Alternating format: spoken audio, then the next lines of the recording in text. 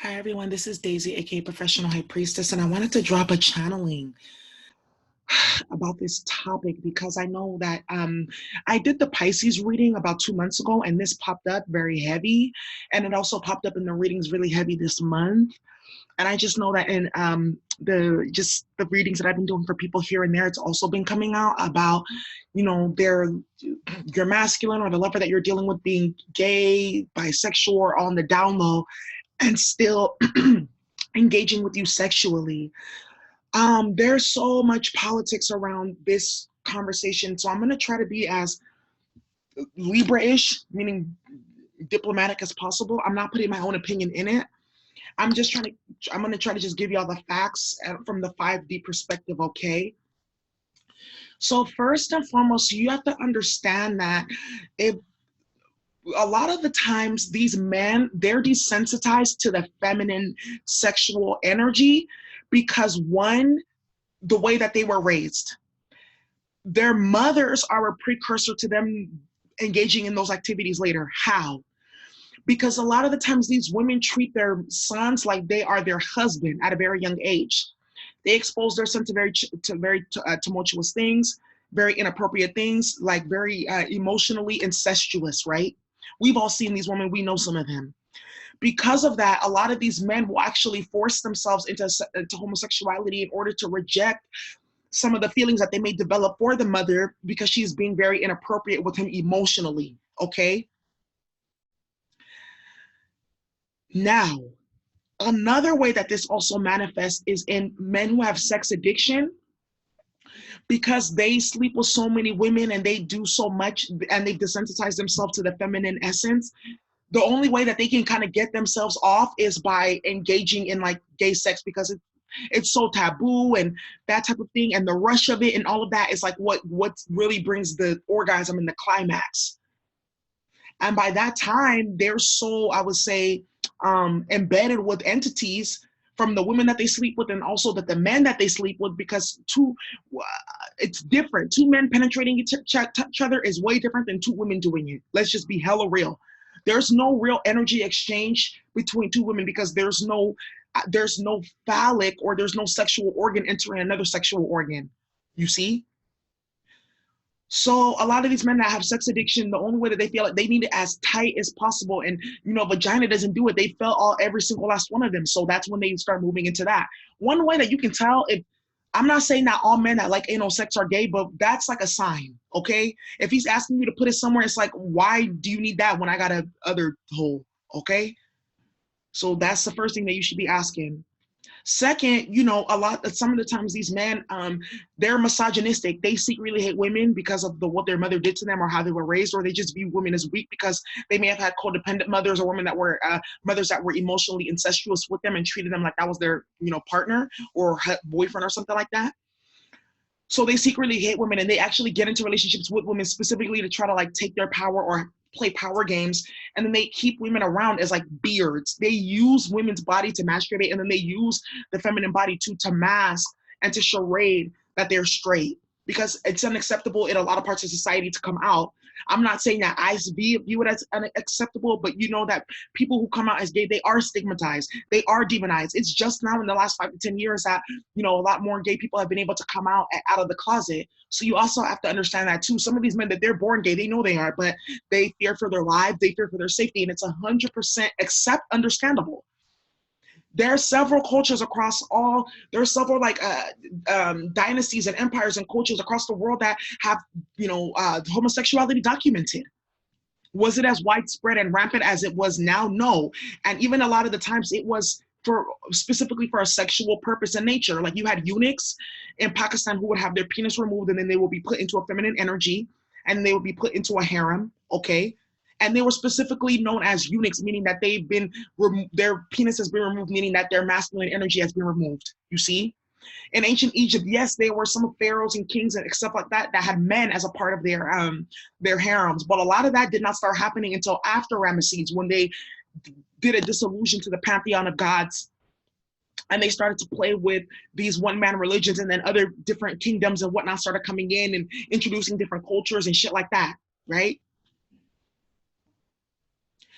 Even I was doing some research And Mantak Chaya, who is a very amazing writer about sexual energy, orgasm, all of that. Y'all need to look up his books. He even has like different books about like how to recharge your organs with sexual energy, all kinds of stuff. He's amazing.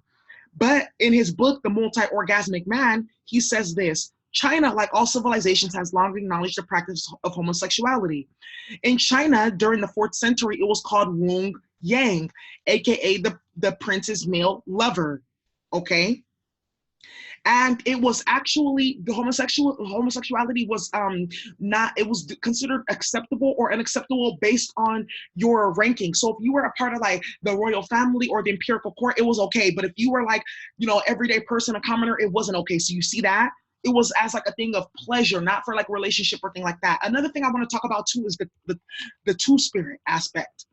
There are individuals who are born into this plane being two spirit. A lot of them are the Gemini of the Gemini variety because of the twins, right? A lot of the times when I see people who have two spirit, it's like their 8th house is in Gemini, or they have some type of very critical Gemini placement that allows them to, you know, not play both sides, but see the duality of masculine and feminine and be fluid in their sexuality. Two spirit is very much common around amongst the native traditions, meaning someone who was born embodying both masculine and feminine polarities. So like it could be a woman, someone who's born with a woman's body, but they heavily embody the masculine energy. There's someone who's born in a masculine body, but they heavily embody the feminine energy. But it's spiritual to act as a bridge and a balancer between the polarity of feminine and masculine when they get out of balance. Not everyone was two spirit. It was a spiritual title and ranking, and it had nothing to do with sexuality. A lot of people, they take that, oh, two spirit, I'm two spirit, I'm two spirit. No, you're not. Just like not everyone's a high priestess, not everyone's an empath, not everyone's an indigo or starseed. You see what I'm saying? People have taken and abused that two spirit title to continue and further their delusions and their sexual addiction and their sexual traumas and, you know, their lack of self-control, which is going to be coming out. And a lot of people are going to be under judgment for that during Aquarius season. Sorry, during Saturn in Aquarius. Because remember, it's karma around the misuse and abuse of the intellectual capacities.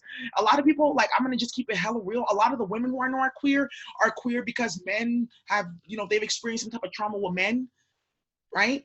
And a lot of the men who I know are queer because they've experienced a type of trauma with women. Okay, so if that trauma is cleared up, I'm not saying that they wouldn't be, but I'm saying a lot of the sex addiction and their engagement sexually with the same sex is because of that. Okay. I also wanted to go into, you know, an aspect that I want you to think about too, in terms of polarities. So man is yang, woman is yin. You balance the yin and the yang to create the friction, right? That's going to create that orgasm. That's going to create the catalyst for reproduction. Okay. Then, but on the other end too, the yin and the yang, they balance each other out and they heal each other in many ways, which is what a lot of the Kama Sutra was talking about with the different sex positions and things like that. They were considered healing scriptures. Not like, oh, we're just fucking just to fuck. Like, no, like by configuring their certain bodies, by facilitating certain orgasms, they were actually opening specific channels within their meridians and their energy field. Because sex is spiritual. Yes, that's why you can pick up entities and demons by people that you sleep with. Right? Now think about the concept of yang and yang energy. Yang is volatile, it's masculine, it's fire, it's heat with more yang energy, right? It's only just amplifying more of that yang energy. And I wanted to read this excerpt from this book called The Multi-Orgasmic Man by Mantak Chia. This chapter is Can't Stop Till I Get Enough by Michael Jackson.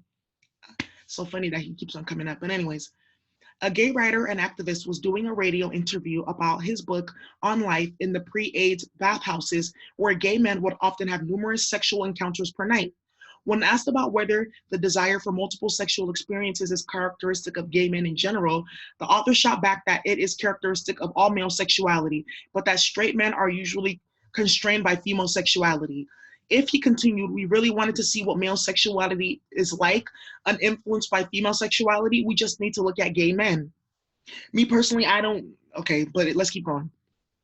The Taoist understands this characteristic of male sexuality in terms of the properties of masculine energy, or yang. Yang is active, volatile, and expansive. During heterosexual sex, the woman's yin receives and balances the man's yang.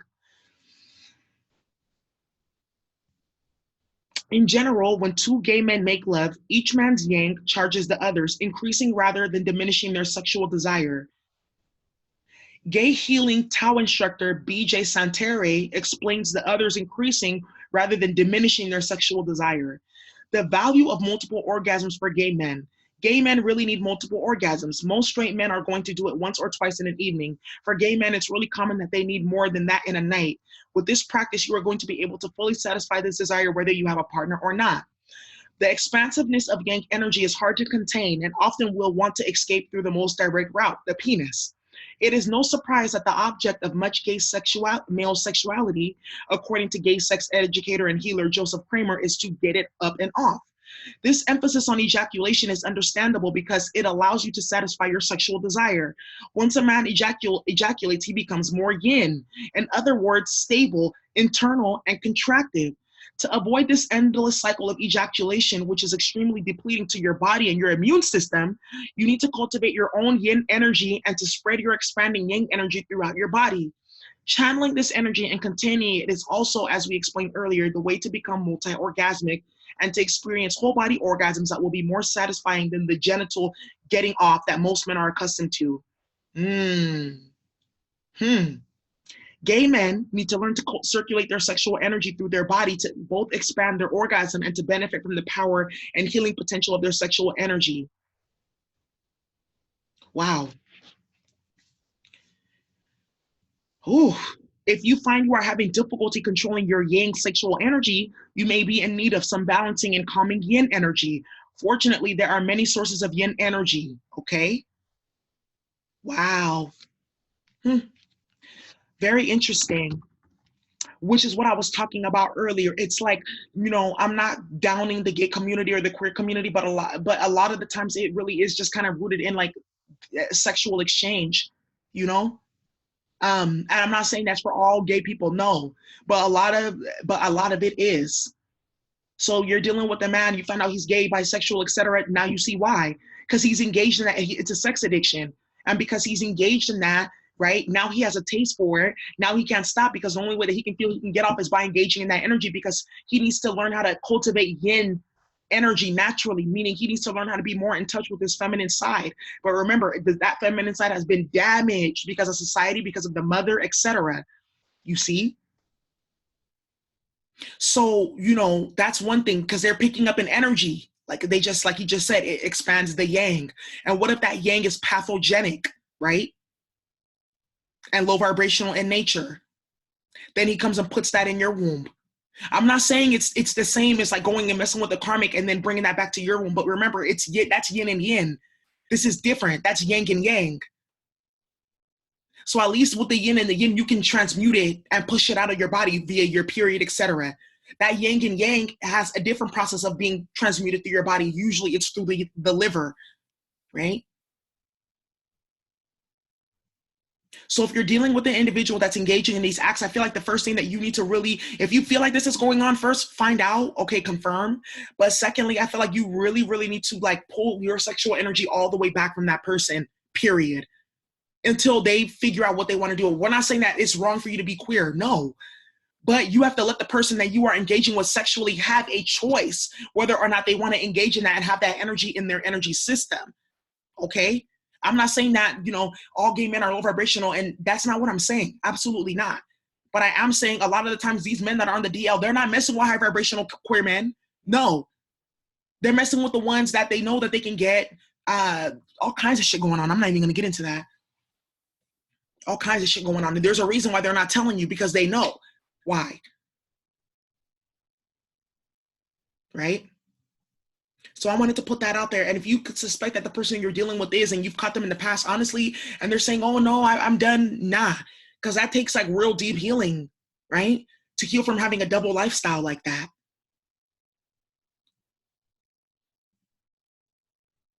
So if you're a male listening to this and you know that you've done that, you've engaged and you're, you know, keeping secrets and things like that, it's not fair, because what you're doing is you're not letting that other person have a fair choice of if they want to stay in a relationship or not.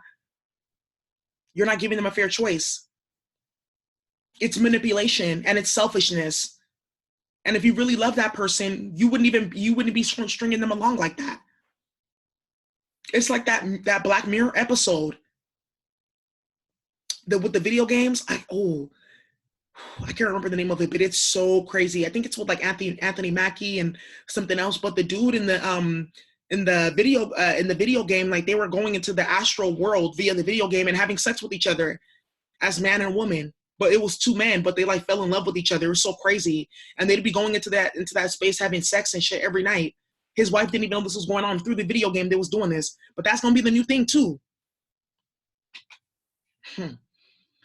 Me personally, I also too, you know, from the public health perspective, y'all know it's called male sex with men, that there's specific type of like, there's higher transition rates for certain STDs when they're contracted through male to male sex.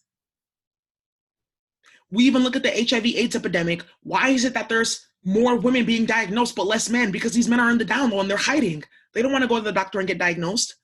That's how a lot of the AIDS epidemic was rapid amongst Black women in the 80s and 90s. Yes, it was male sex with men.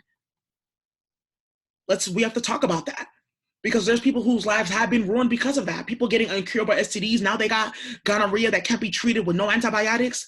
You know, you guys got to be careful. Because remember, we talked about in what Mantak Chaya just said, that yang expands more yang. And in order to get all that yang tension, charged energy out of their field, you either need more yin, which they're not getting, right? Or you need to ejaculate. And the way that they do that is by going out and, you know, getting their fix off with their same-sex counterpart. So I just wanted to put that channeling out there, y'all. Okay, I know a lot of people may respond to this and talk crazy to me, but real talk, you just get blocked. Anyways, my name is Daisy, aka Professional High Priestess. I hope you enjoy. Bye.